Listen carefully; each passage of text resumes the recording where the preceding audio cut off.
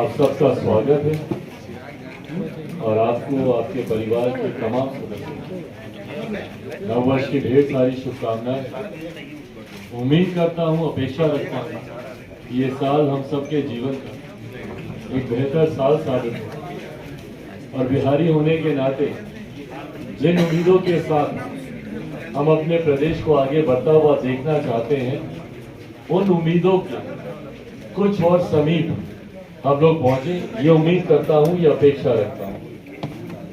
पर जब ये उम्मीद हम लोग अपने प्रदेश से जोड़कर देखते हैं तो निराशा तब हासिल होती है जब ये महसूस होता है कि हमारे प्रदेश का नेतृत्व सिर्फ और सिर्फ अपनी महत्वाकांक्षाओं को लेकर आगे बढ़ रहा है, ना कि बिहार को आगे लेकर जाने की सोच रहा है।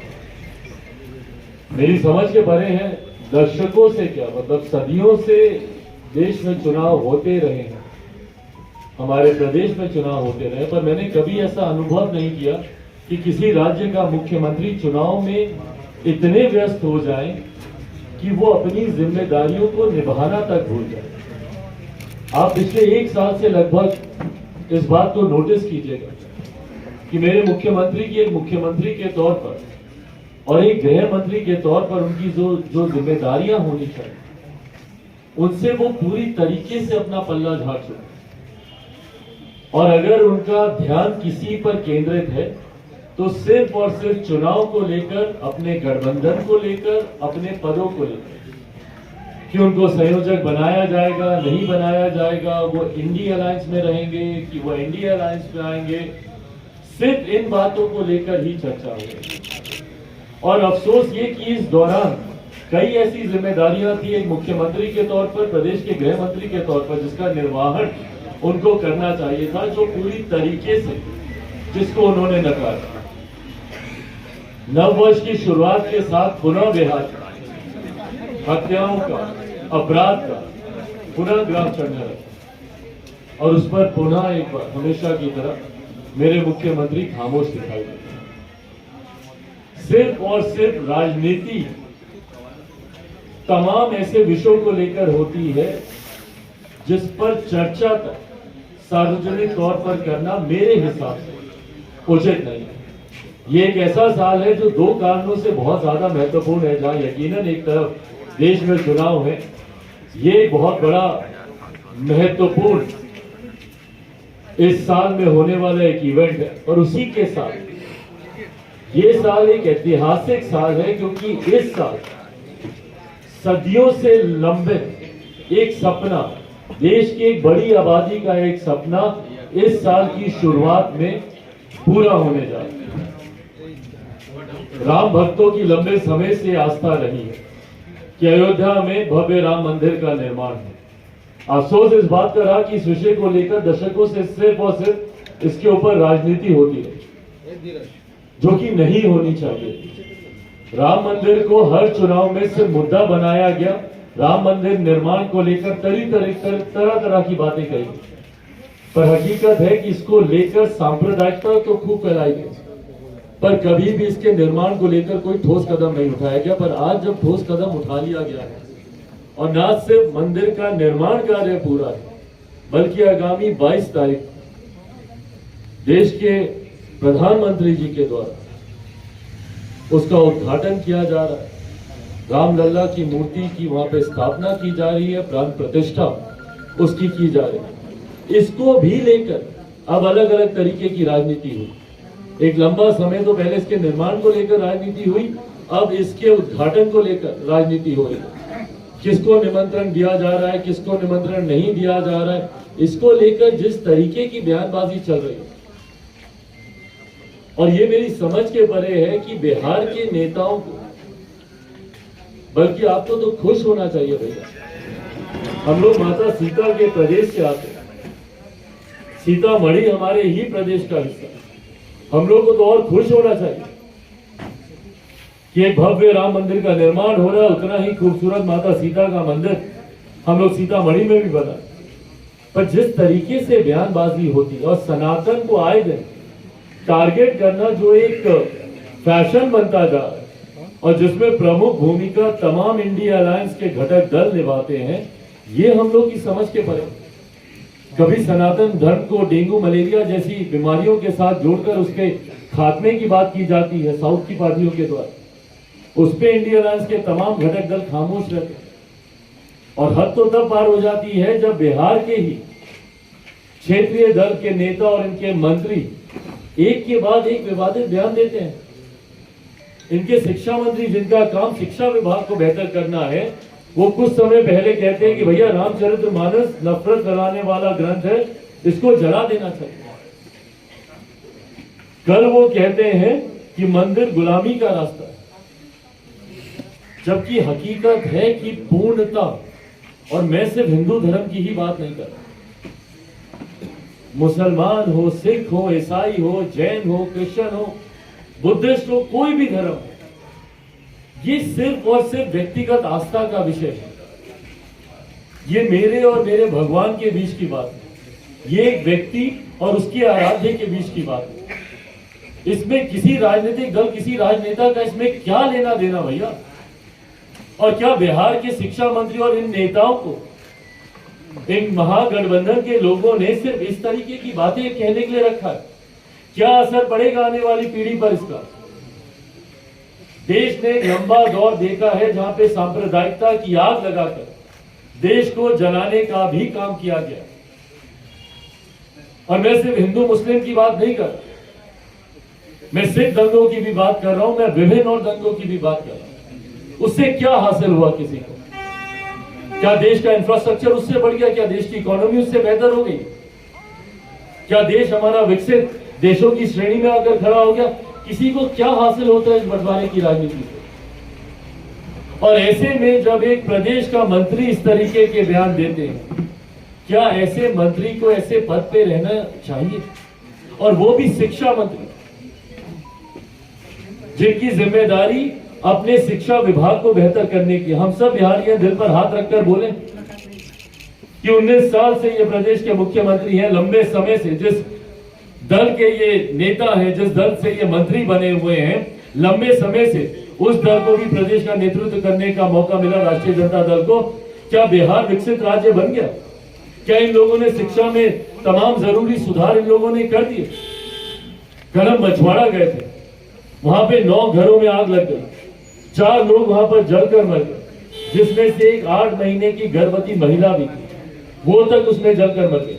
इन मंत्रियों के पास उतनी फुर्सत तो है नहीं कि ये लोग वहां पर जाए, उन पीड़ित परिवारों से जाकर मिले।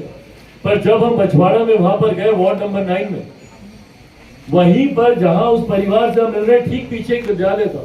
कल हम अपने सोशल मीडिया हैंडल पे भी हम उसका वीडियो डाले। टीन का ऊपर वो छप्पर डाला हुआ है, उसके नीचे जमीन पर ठंड के समय में जमीन पर बच्चे बैठकर वहां पे पढ़ाई करने के लिए मजबूर हैं। क्या हमारे शिक्षा मंत्री को बिहार की ये दुर्दशा नहीं दिखती है? क्या शिक्षा मंत्री की ये जिम्मेदारी नहीं है कि वो जाए, कम से कम वहां पे भवन तो बनवा दे? कौन नहीं जानता भैया कि बिहार में शिक्षा की क्या हालात है? और यही कारण है कि आज भी मेरे बच्चों को कोटा जाना पड़ता है पढ़ाई करने के लिए। अगर बिहार में अगर ये व्यवस्था होती तो क्यों मेरे बच्चे बाहर जाते पढ़ाई करने के लिए? क्यों दूसरे प्रदेशों में जाते कॉलेज या हायर एजुकेशन के लिए? बिहार नालंदा यूनिवर्सिटी, जिससे हम लोग फक्र गर्व करते नहीं थकते थे, आज भी G20 देशों का समिट होता है, तमाम देशों के राष्ट्र अध्यक्ष आते हैं, तो हमारे प्रधानमंत्री उनके साथ तस्वीर नालंदा यूनिवर्सिटी के बैकड्रॉप के सामने खिंचवाते हैं। और उस राज्य में शिक्षा व्यवस्था ये है, और ये शिक्षा मंत्री अपना ही ज्ञान दे रहे हैं। इतना ही ज्ञान इनके पास है तो किसी दूसरे धर्म के जाके धर्मगुरु क्यों नहीं बन जाते? पर इस तरीके के विवादित बयान देना सिर्फ और सिर्फ लोगों की भावनाओं के साथ आप खिलवाड़ कर रहे हैं, लोगों की आस्था के साथ आप खिलवाड़ कर रहे हैं, जो कि कतई सही है, जिसको कतई ही सही नहीं ठहराया जा सकता। और इस आपत्ति को दर्ज कराना जरूरी है। और जो लोग इनका साथ देते हैं, लोगों के पेट में पता नहीं किस बात का दर्द उठा हुआ है भैया। राम मंदिर निर्माण को लेकर अलग अलग बौखलाहट आ रही है। कोई बोलता है किसी की शादी, किसी के बाप का श्राद्ध थोड़ी हो रहा है कि हम लोग वहां पर जाएंगे। कोई बोलते हैं कि अस्पतालों की जरूरत है। भाई बिल्कुल सही बोलते हैं, अस्पतालों की जरूरत है। लोक जनशक्ति party Ramvilas Chirag Paswan Bihar first, Bihari first सबसे पहले कहता है कि अस्पतालों की जरूरत है देश को, पर देश से ज्यादा बिहार को जरूरत है अस्पतालों की। बिहार के अस्पतालों के हालात जाकर देखिए। शिक्षा की तो बात हम लोगों ने की, जाकर देखिए अस्पतालों में। बिहार के गांव में जाकर देख लीजिए। आप सब जिस गांव से आते हैं, आप में से अधिकांशों के गांव में हम गए हो, अपने ही गांव में आप देख लीजिए क्या हालात है वहां पे अस्पतालों की। उपकरण तक नहीं है। कितने अस्पताल तो ऐसे जहां पे बीपी तक जांचने की मशीन नहीं है, एक थर्मोमीटर आपको नहीं मिलेगा। ये है बिहार के अस्पतालों के हालात। इनको अयोध्या में इनको याद आ रहा है भैया कि अस्पताल बनना नहीं चाहिए। उत्तर प्रदेश की सरकार है भैया, वहां के मुख्यमंत्री हैं योगी आदित्यनाथ जी, जो कि अच्छा कार्य कर रहे हैं। पर बिहार में बताइए ना, बिहार में है क्या ऐसे अस्पताल जिसपे हम लोग कर सके? बिहार में है ऐसी शिक्षा व्यवस्था जिसपे हम लोग कर सके? और उसपे इस तरीके के विवादित बयानों पे बयान, एक के बाद एक इस तरीके के बयान देने का ये लोग काम कर रहे हैं। जबकि आज की तारीख में जिम्मेदारी इनकी बिहार में बढ़ते अपराध को रोकने की होनी चाहिए। इनकी जिम्मेदारी अपनी जिम्मेदारियों पे निभाने की होनी चाहिए। कल हम नवादा गए, जहां पे शहीद चंदन, उनके परिवार से हम जाकर मिले। क्या अब मुख्यमंत्री जात पात देखकर शहीदों का भी सम्मान करेंगे? क्या शहीदों के लिए भी उनकी जाति देखी जाएगी, उनका धर्म, उनका मजहब देखा जाएगा? आप सब लोग गए होंगे उसके घर पर, शहीद चंदन जी के घर पर। टिन के घर में, टिन की छत के नीचे उनका परिवार रह रहा। क्या इसके लिए उसने अपना सर्वोच्च बलिदान दिया? क्या हम लोग इतना तक नहीं कर सकते कि एक शहीद के परिवार को उनके जाने के बाद उनके परिवार को एक सम्मानजनक जिंदगी दे सके? क्या इतना करना किसी सरकार के लिए बहुत कठिन कार्य है क्या? कितनी लागत लगेगी भाई उसमें? और उसमें आपको लागत क्या लगानी है? केंद्र सरकार की योजनाएं, उसके तहत भी आप प्राथमिकता के आधार पर प्रधानमंत्री आवास योजना के तहत भी आप कर सकते हैं। डीएम से हम बात किया, डीएम बोलते हैं इसके लिए कोई योजना नहीं है हमारे पास। क्या सरकार एक शहादत को सम्मान देने के लिए भी योजना का इंतजार करेगी? हम लोग इतना नीचे गिर गए हैं। उनके बूढ़े पिता हैं, उनको नहीं पता कि आने वाले दिनों में उनका रहन सहन, गुजर बसर कैसे हो, नहीं पता। कितना मुश्किल है उनके परिवार में से किसी एक आश्रित को सरकारी नौकरी देना। 10 लाख नौकरी देंगे तो फलाना देंगे, ढिमकाना देंगे।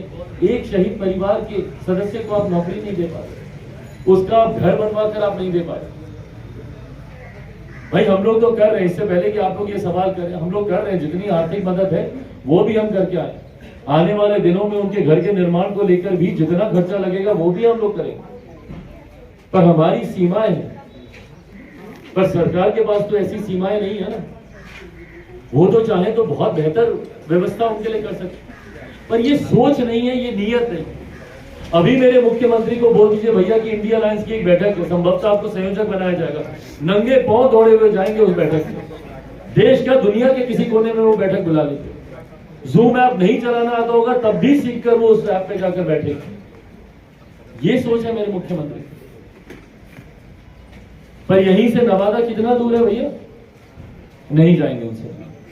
यहां से बछवाड़ा कितना दूर है? घर मती महिला, सोचिए, मतलब वो पीड़ा का आप लोग अंदाजा लगा सकते हैं। 8 महीने की जलकर वो मर जाती है, और उनका परिवार ठंड के इस समय में, मेरे मुख्यमंत्री सर वर सब ढक के निकलते ना जब उनको ठंड लगता है, वो परिवार बिना छत के पिछले 1 हफ्ते से वहां पर सोने के लिए मजबूर है। घर पूरा जल गया है, चूल्हा जल गया है, तो खाना बनाने की व्यवस्था नहीं। प्रशासन इतना नहीं कर सकता कि 2 वक्त खिचड़ी ही बना के दे, दाल चावल ही बनाकर दे, नहीं, एक त्रिपाल ही लगा दे वहां पर कि ठंडी हवा से कम बच जाए, नहीं।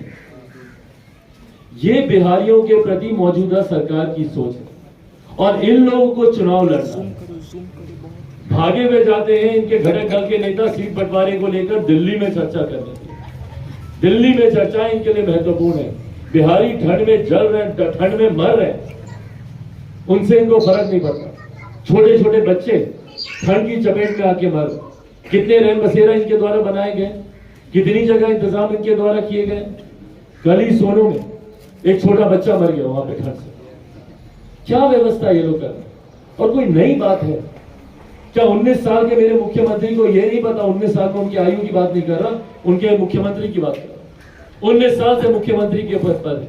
क्या 19 साल के मुख्यमंत्री को यह नहीं पता कि ठंड का मौसम कब है, बरसात का मौसम कब है, लू कब चलेगी, गर्मी कब आएगी? उसके लिए क्यों नहीं पहले से व्यवस्था की जाती है, पहले से इंतजाम किया जाता है? And the worst part is that कि आज की तारीख में कोई इस पे चर्चा तक नहीं कर रहा। चर्चा हो रही है तो सिर्फ सीट बंटवारे को लेकर, चर्चा हो रही है तो मेरे मुख्यमंत्री के संयोजक बनने को लेकर, चर्चा हो रही है तो इस बात को लेकर कि खरमास के बाद क्या होगा। क्या 15-16 तारीख को हम लोग कोई नया समीकरण देखने वाले हैं? क्या भीतर भीतर मेरे मुख्यमंत्री, क्योंकि इसके बाद ये सारे पूरक प्रश्न आपके द्वारा आएंगे, मैं पहले ही शुरू कर दूं इन सवालों की जड़ कि क्या 16 के बाद कोई खेल होने वाला है? क्या मेरे मुख्यमंत्री फिर पाला बदलने वाले? सिर्फ इन बातों को लेकर चर्चा हो रही है। पर आम बिहारी जो आपके मतदाता हैं, जो आपके लिए कल को जाकर वोट करेंगे, वोट बैंक की ही राजनीति अगर आप करते हैं तो कम से कम उस वोट को तो साधने का काम करे मौजूदा सरकार। कम से कम सुख दुख की घड़ी में उनके साथ तो खड़ा होने का काम करें। आए दिन भैया हम लोग बिहार के हर एक जिले, बिहार के हर एक कोने में हम लोग जाने का हम लोग काम करें और प्रयास यही है कि ज्यादा से ज्यादा लोगों तक पहुंचा जाए। प्रयास यही है कि ज्यादा से ज्यादा लोगों की समस्या सुनी और बिहार फर्स्ट, बिहारी फर्स्ट जिस लक्ष्य के साथ हम लोग निकले उसमें आए दिन उसमें हम लोग संशोधन करते हैं, आए दिन संशोधन करते हैं। आप यकीन नहीं मानिएगा, हमारा बैक ऑफिस हमसे परेशान हो गया कि भैया अभी हम लोग 5000 कॉपी प्रिंट करवाए, फिर आप इसमें 2 चीजें जोड़ दो। ये अनुभव है और ये अनुभव तब आता है जब आप गांव देहातों में जाते हैं। हकीकत है हिंदुस्तान गांव में ही बसता है और जब तक आप गांव में नहीं जाइए, जब तक आप गांव से नहीं जुड़िएगा, आप देश की, आप बिहार की तकलीफों को आप नहीं समझ पाएंगे। और मेरे मुख्यमंत्री एक अनन्य मार्ग से निकलना जरूरी नहीं समझते। आखिरी बार कब गए थे ये किसी दौरे पर, आखिरी बार कब गए थे किसी ऐसे कार्यक्रम में जहां पे ये बिहार आम बिहारियों से मिले, बिना किसी व्हाइट मास्किंग के, बिना गंदगी इनके सामने से छुपाए हुए, बिना सिर्फ उन्हीं लोगों के इनके सामने लाए हुए जो इनके गुणगान की बातें करें। बहरहाल ये मेरे मुख्यमंत्री के कार्यशैली का हिस्सा रहा होगा। आने वाले दिनों में बिहार की जनता इनको जवाब देगी और ये बात तो तय है। और ये मैं इसलिए नहीं कि एनडीए गठबंधन का हम लोग हिस्सा हैं, ये बात तय है कि आने वाले समय 2024 में जब लोकसभा के चुनाव होंगे, बिहार में महागठबंधन, हमको नहीं पता इनका इंडिया अलायंस बनेगा कि नहीं बनेगा, पर कम से कम महागठबंधन चलेगा। इतना जरूर तय है कि महागठबंधन एक भी सीट बिहार में नहीं जीत पाएगा। 2019 में जरूर किशनगंज की एक सीट ये लोग जीतने में लोग कामयाब रहे थे। इस बार 40 की 40 सीट एनडीए गठबंधन जीतेगा, उसमें कहीं कोई संदेह नहीं। और मेरा ये दावा बिहार में हर एक जिले में, परसों हम लोग का मधुबनी में कार्यक्रम था, वो तस्वीरें आप लोगों ने देखी होगी। जिस तरीके से इस ठंड के बावजूद जिस तरीके से बिहार फर्स्ट, बिहारी फर्स्ट को समर्थन मिल रहा है। अभी 16 तारीख को हम लोग का हाजीपुर में कार्यक्रम और यकीनन अभी तक के पार्टी के सर्वश्रेष्ठ कार्यक्रमों में से एक कार्यक्रम होगा। हम टिपिकल पॉलिटिकल लैंग्वेज में वैसा नहीं बोलेंगे कि ऐतिहासिक कार्यक्रम हम लोग करने जा रहे हैं, क्योंकि कई लोग ऐसे दावे कर चुके हैं ऐतिहासिक कार्यक्रमों की और उनकी बोल भी सुनी। पर यकीनन पार्टी के जितने ऐसे बड़े कार्यक्रम हैं उनमें से बहुत बड़ा कार्यक्रम हम लोग 16 तारीख को हम लोग हाजीपुर में करने जा रहे हैं। अक्षयवट राय स्टेडियम में ये कार्यक्रम 16 तारीख को निर्धारित हुआ है। 12:15 बजे इस कार्यक्रम का समय रखा गया है। प्रदेश के और राष्ट्रीय तमाम नेताओं अपनी अपनी जिम्मेदारी को समझते हुए हाजीपुर लोकसभा में, वैशाली जिले में वहां पे काम करना शुरू किया है और एक भव्य तरीके से इस कार्यक्रम को स्वरूप देने का प्रयास है। और मैं मानकर चलता हूं कि ये बड़ा कार्यक्रम होगा। इससे पहले कि आप लोग पूछें कि क्या मैं वहां पे कोई शक्ति प्रदर्शन करने का प्रयास कर रहा हूं या मैं वहां पे एक बड़े कार्यक्रम के माध्यम से कोई दबाव की राजनीति करने का मैं प्रयास कर रहा हूं, ये सारे पूरक प्रश्न आएंगे, जवाब मैं पहले ही दे देता हूं। ऐसा कोई उद्देश्य नहीं। हाजीपुर मैंने बार बार कहा है मेरा परिवार है। जब से मैंने होश नहीं भी संभाला था, जब से मुझे राजनीति नहीं भी पता थी कि क्या होता है नहीं होता है, अपने पिता की उंगली पकड़ हाजीपुर में जाता रहा हूँ। तो हाजीपुर कभी भी मेरे लिए कोई शक्ति प्रदर्शन का या किसी बात को सिद्ध करने का क्षेत्र कभी नहीं हो सकता। हमेशा से वो मेरा परिवार रहा है। जैसे जमुई मेरा परिवार है, पर जमुई होश संभालने के बाद, कार्य से जुड़ने के बाद मैं जमुई गया और उसके बाद वहां से वो रिश्ता जुड़ा। पर हाजीपुर से ये रिश्ता बचपन से रहा है और उसी रिश्ते को और मजबूत करने की कड़ी में 16 तारीख का ये कार्यक्रम हम लोग आयोजित करने जा रहे हैं। अब इसके अलावा अगर आप लोग सीटों के बंटवारे को लेकर के आपकी कोई बातचीत हुई एनडीए के अंदर? चिराग जी, सीटों के बंटवारे को लेकर आपकी कोई बातचीत हुई?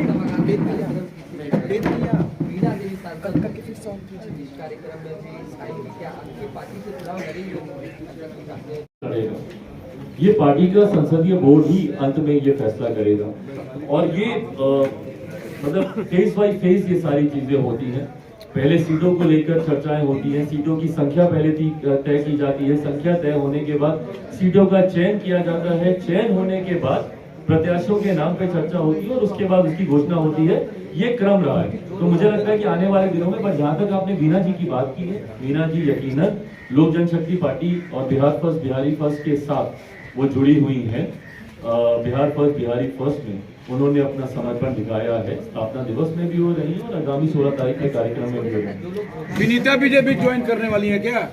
विनीता बीजेपी ज्वाइन करने वाली है 21 तारीख को संभवतः कार्यक्रम आप लोगों का है। ये अभी तक औपचारिक तौर पर मेरी जानकारी में नहीं आया है। मुझे लगता है प्रदेश में अगर इसको लेकर कोई चर्चा हो रही होगी तो उसकी औपचारिक घोषणा की जाएगी। चिराग जी, कितने सीटों की उम्मीद रख रहे हैं बीजेपी से 2024 के चुनाव में? उम्मीद आपकी पार्टी की क्या उम्मीद है, कितनी सीट मिलनी चाहिए? भाई उम्मीद की बात करें तो उम्मीदें तो खैर काफी होती है, बट हाँ जब हम लोग एक गठबंधन का हिस्सा है तो यकीनन गठबंधन में तमाम दलों को वो सम्मान मिले और यकीनन एनडीए गठबंधन में कई और दल भी हैं। मेरी बातचीत भारतीय जनता पार्टी के साथ चल रही है। भारतीय जनता पार्टी की बातचीत अलग अलग दलों के साथ और क्या चल रही है, नहीं चल रही है, वो मेरी जानकारी में नहीं है। बट हाँ, जो मेरी अपेक्षाएं हैं, जो मेरी उम्मीद है, उस आधार पर सकारात्मक बातचीत चल रही है। मुझे लगता है जल्द ही इसकी औपचारिक घोषणा। क्या आपने मुलाकात किया?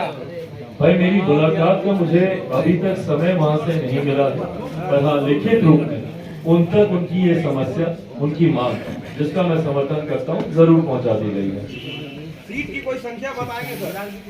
आज मैं कतई नहीं बता पाऊंगा और देखिए ये मैं तब तक नहीं बता पाऊंगा जब तक सारे दल एक साथ बैठकर साझा आप सब अनुभवी हैं, ये पहली बार ऐसा नहीं हो रहा है। हमेशा आप लोगों ने देखा है कि तमाम घटक दल एक साथ ही बैठकर सीटों की संख्या की औपचारिक घोषणा करते हैं, एक साथ बैठकर ही सीटों के चयन की घोषणा करते हैं और प्रत्याशियों के नाम की घोषणा की जाती है। ये गठबंधन धर्म की मर्यादा ही है। नहीं, ऐसा नहीं लग रहा मर्यादा का पालन। चिराग जी, मुझे लगता है मंथ एंड तक इसकी घोषणा कर दी जाएगी।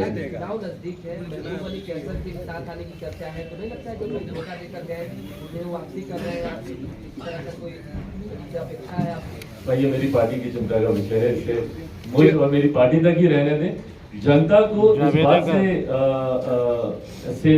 से लेना देना है कि भाई कौन कहां से चुनाव लड़ा। चिराग जी, अंत में ये फैसला पार्टी का संसदीय। चिराग जी, जो आपने दावा किया है कि 40 की 40 लोकसभा सीट एनडीए जीतेगी, तो किस आधार पर? क्या अपनी भीड़, अपने आपके जो चिराग पासवान के पास जो क्राउड आ रही है उसी को देख करके आप दावा कर रहे हैं? नहीं, मैं सिर्फ अपनी भीड़ ही नहीं, मैं मेरे प्रधानमंत्री आदरणीय नरेंद्र मोदी जी के प्रति जो जनता का विश्वास हर बीतते साल के साथ बढ़ता जा रहा है। अभी तक की सरकारों में हम लोगों ने एक एंटी इनकम्बेंसी देखी थी, पर यह पहली बार केंद्र में एक ऐसी सरकार आई है जो कि हर बीतते साल के साथ प्रो कम्बेंसी की ओर ये बढ़ती है। हम लोगों ने 2014 से बड़ा जनादेश जनता के द्वारा एनडीए के पक्ष में मिलता हुआ 2019 में देखा। मेरे विश्वास है और मेरे विश्वास को जनता का उत्साह ही बढ़ाता है कि 2024 में 2019 से बड़ा जनादेश हम लोग को मिलने जा रहा है। मैं मानता हूं कि संभवतः, और ये कोई बड़ी बात नहीं होगी, 400 से ज्यादा सीटें इस बार केंद्र में एनडीए गठबंधन जीतकर भारत की संसद में हम लोग जाएं तो ये भी बड़ी बात नहीं होगी। इसके पीछे कारण है प्रधानमंत्री जी का जनता से किया गया वादा और उन वादों को पूरा करना। मोदी की गारंटी जिसकी बात हम लोग करते हैं, मोदी की गारंटी 2014 में, 2019 में, 2024 तक वो गारंटी पूरी हुई है। लाभार्थियों की संख्या जिस तरीके से बढ़ी है और उनका विश्वास जिस तरीके से केंद्र सरकार तो केंद्र सरकार के प्रति विश्वास, बिहार फर्स्ट, बिहारी फर्स्ट के प्रति विश्वास, यकीनन जब मैं सभाओं में जाता हूं, जो भीड़ आती है उनमें जो उत्साह दिखता है, ये मेरे विश्वास को बढ़ाता है कि 40 की 40 सीटें हम लोग बिहार से जीतेंगे। सेंटर होम की एक महिला ने फिर से ये आरोप लगाया 2 साल बाद, उसको क्या कहें, 500 महिलाओं के साथ गलत काम होता है, नेता अधिकारी ये तमाम बातें बताए। भाई मैं बिल्कुल मानता हूँ ये होता है, और इस दिशा में जिस तरीके से बिहार का प्रशासन आंखें मूंद कर बैठा है, जिस तरीके से संरक्षण में बिहार सरकार की और बिहार प्रशासन के संरक्षण में ऐसी शर्मनाक घटनाओं को अंजाम दिया जाता है और दोषियों के नाम को महज 24 घंटे के भीतर क्लीन चिट दे दी जाती, ये दर्शाता है कि अपराधियों को संरक्षण देने का काम बिहार की सरकार करती है। चिराग जी, 2014-2019 में जो विपक्ष था वह यूनाइटेड नहीं था। इस बार पहली बार ऐसा देखने को मिल रहा है कि 2024 में के पहले जो है सो विपक्ष जो है सो पूरी तरह से यूनाइटेड है, तो फिर इसको आप कैसे? ये ऐसा अभी तक दिख रहा है। अभी अधिसूचना आनी बाकी है, चुनावों की तारीख आनी बाकी है। क्या ये चुनाव तक ये विपक्ष इसी तरीके से एक साथ रहेगा? मुझे नहीं लगता। मेरा भी 2014 का भी अनुभव है, 2019 का भी अनुभव है, तब भी विपक्ष ने एकजुट होने का प्रयास किया था। आप मुझे बताइए ना, कैसे इन लोग का तालमेल बंगाल में बैठेगा? क्या कांग्रेस महज 2 सीटों पर चुनाव लड़ेगी जो ममता बनर्जी जी इनको देना चाहती है? आम आदमी पार्टी से इनकी बातचीत चल रही है। वो आम आदमी पार्टी जो पंजाब में 13 की 13 सीटों पर चुनाव लड़ने की घोषणा पहले से ही कर चुकी है। दिल्ली में क्या कांग्रेस और आम आदमी पार्टी का समझौता हो पाएगा? क्या महाराष्ट्र में उद्धव गुट ने पहले ही घोषणा कर दी है कि भैया हम लोग 23-24 सीटों पर हम लोग चुनाव लड़े? बिहार में अभी तक औपचारिक घोषणा नहीं हुई है, पर 2 सीटों पर औपचारिक प्रत्याशी जनता दल यूनाइटेड के द्वारा घोषित कर दिए गए। कई ऐसी सीटें हैं मुंगेर वगैरह जैसी, जहां पे सब जानते हैं कि भैया कौन किस दल से वहां पे चुनाव लड़ेगा। तो ऐसे में क्या चुनाव आते आते तक भी ये इंडिया अलायंस एक रहेगा? ये एक बहुत बड़ा प्रश्न चिन्ह है। अभी तो खरमास के बाद भी भैया कई लोग खेलों की बात कर रहे हैं, और बिहार में ही खेल की बात की जा रही है। और हकीकत है, when it comes to my chief minister, you can never say never. कुछ भी संभव है जब मेरे मुख्यमंत्री की बात आती है। तो ऐसे में अभी भी गंगा से काफी पानी बहना बाकी है। चुनाव आते आते तक कई और परिस्थितियां बदलेंगी। तो ऐसे में इंडिया अलायंस का स्वरूप चुनाव के वक्त क्या रहेगा, ये देखना दिलचस्प है।